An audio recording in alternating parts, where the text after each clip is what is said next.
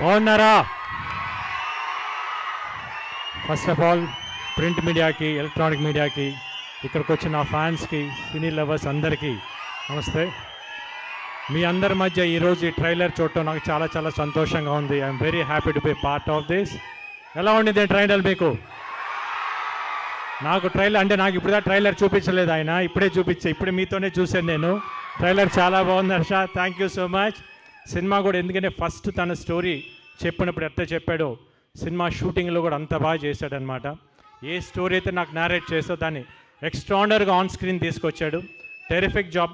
You going to be one of the good director in Telugu industry. You are a good actor in Kannada, but in Telugu industry you going to be one of the good director. First of all ఈ cinema materialize అవ్వడానికి శ్రీధర్ గారు కారణం.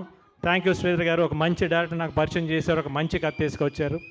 ఈ కథను ఇంత బాగా execute చేయడానికి main కారణం రాధామోహన్ గారు, ప్రొడ్యూసర్ గారు. Thank you so much. ఎందుకంటే రెండో సినిమా చేస్తున్నాను. దాని తర్వాత ఆర్ట్ డైరెక్టర్.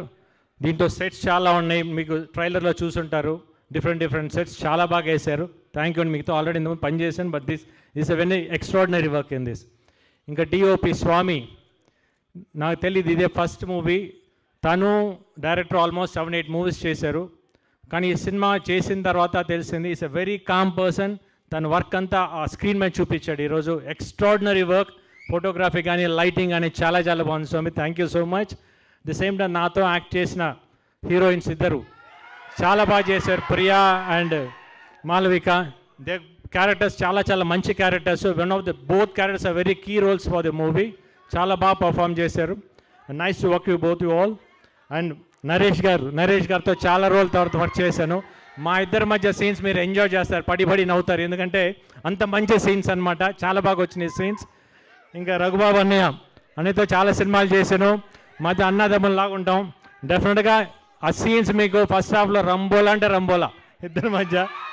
ఇంకా సప్తగిరి గారితో ఆల్రెడీ ఇంతకుముందు చేశాను. మరి ఈ సినిమాలో కూడా చూడండి, వచ్చిన క్యారెక్టర్ డిఫరెంట్ అవతారాలు ఇద్దరు ఆయన. అసలు మళ్ళీ ఇంకా కొత్త అవతారం ఎంత పోతున్నారో తెలియదు మీకు, ఫ్యూచర్లో తెలుస్తుంది మీకు. కొత్త హీరోగా మళ్ళీ కొత్త సినిమాలు రాస్తున్నాయి. Wish him all the best. ఇంకా ఈ సినిమాకి వర్క్ చేసిన ప్రతి టెక్నీషియన్కి thank you so much.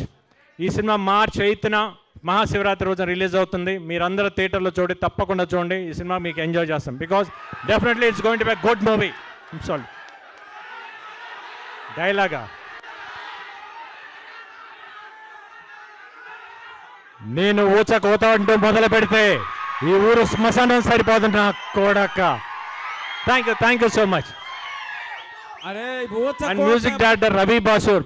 Songs ఎంత బాగున్నాయో, బ్యాక్గ్రౌండ్ స్కోర్ ఇరగా తీశాడు. ఇంకా ఫుల్ సినిమా బ్యాక్గ్రౌండ్ స్కోర్ అయితే అట్లా ఉండదు, అది వేరే లెవెల్ తీసుకెళ్ళాడు. పాపం ఇంకా వర్క్ చేస్తా ఉన్నాడు.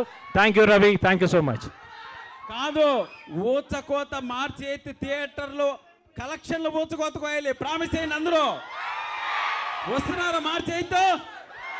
రైట్. జై భీమా.